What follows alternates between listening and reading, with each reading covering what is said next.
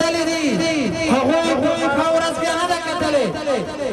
که چېرې کې دوی د افغانستان تاریخ نه وي مطالعه کړی دوی دې لاړ شي د انګریز نه دې پوښتنه وکړي د هغې چا نه دې پوښتنه وکړي چا چې دوی جوړ کړي دي چا چې دغه اداره رامنځته کړې ده او چا چې دغه خلک روزلي دي دا د انګریز پوځ دغه د انګریز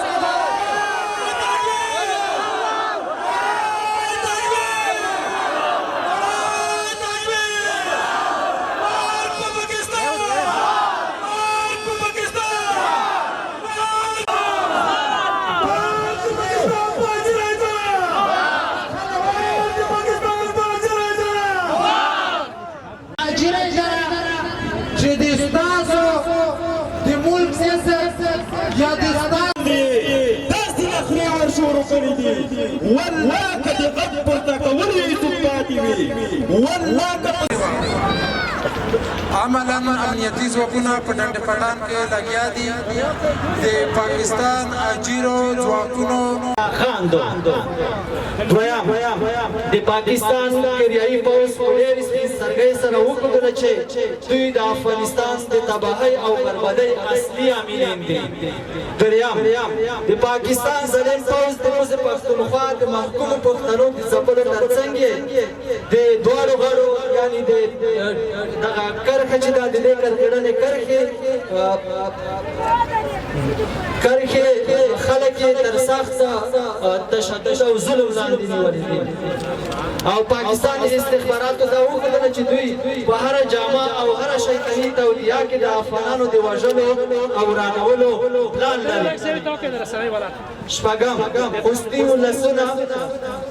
خوستي ولسونه په اسلامي امارت غږ کوي چې د دې برید ځواب ووایي او انشاءالله ځواب یې ورکړی دی. تاسو نن عملاً شهیدان یاست.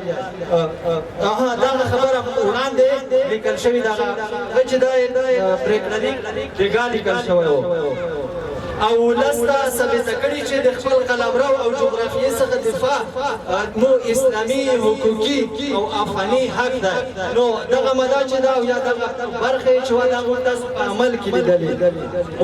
خوستي ولسونه په نړیواله ټولنه او بشري بنسټونو غږ کوي چې په پاکستان اقتصادي او سیاسي فشارونه وارد کړي تر څو خپله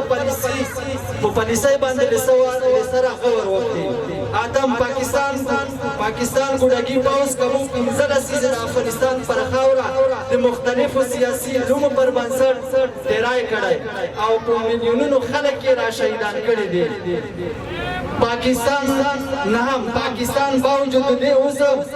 زموږ پر افغان مهاجرینو پسې هم راخیستي تر څو د یوې آلې او فشار په شکل اخراج کړي. موږ د مهاجرینو نړیوالو سازمانونو څخه غوښتنه کوو چې پاکستان د افغان مهاجرینو سره دا ناوړه چلند پای ته ورسوي.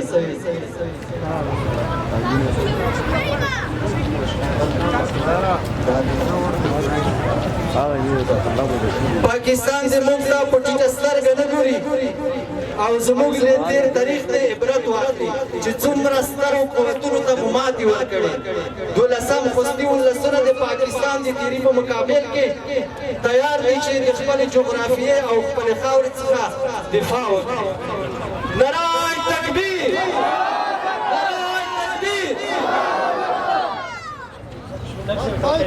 نور بچه دو نمار لرجون ختمویه بل ورځ محمود غزنوي پورې دوی نه د خپل تاریخ نه خبر دي نه د افغان ولس د تاریخ نه خبر دي په دا هم نه دي خبر چې زما د مقصد دغه دی چې دغه پوځ نه ځان پېژني نه بل دوی ته موږ په زور جواب ورکوو. دا خوستي ولسونه دي دوی د ملاتړ راوتلو څومره ته ضرورت نه پېښېږي. امنیتي ځواکونه او پښتانو پورې بمونه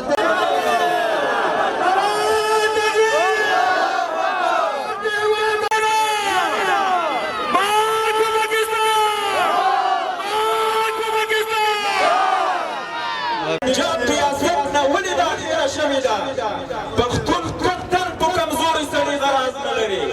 پښتون کمزوري باندې گزار نه کوي. کله چې تنګ شي یا یې په بختیو کې ورخېږي یا یې بختۍ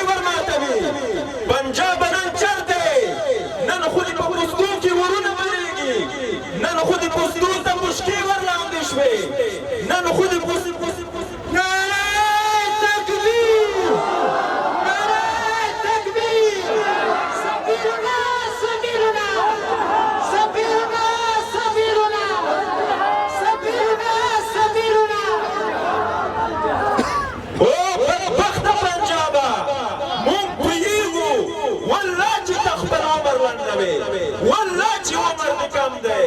والله که دې پښتون سره یې سر ته ورسوي دا پښتون ده لاړ شه د تاریخ په ادوارو کې وګوره چې پښتون څنګه قرباني کړې ده پښتون سنګرونه څنګه ساتلي دي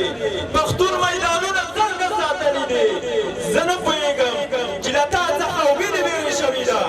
دا ولسونه دا لریون دا په دې معنا سره نه دی چې پاکستان زورور دی او موږ نړیوالې ادارې ته غږ کوو چې پر موږ دې رحم وکړي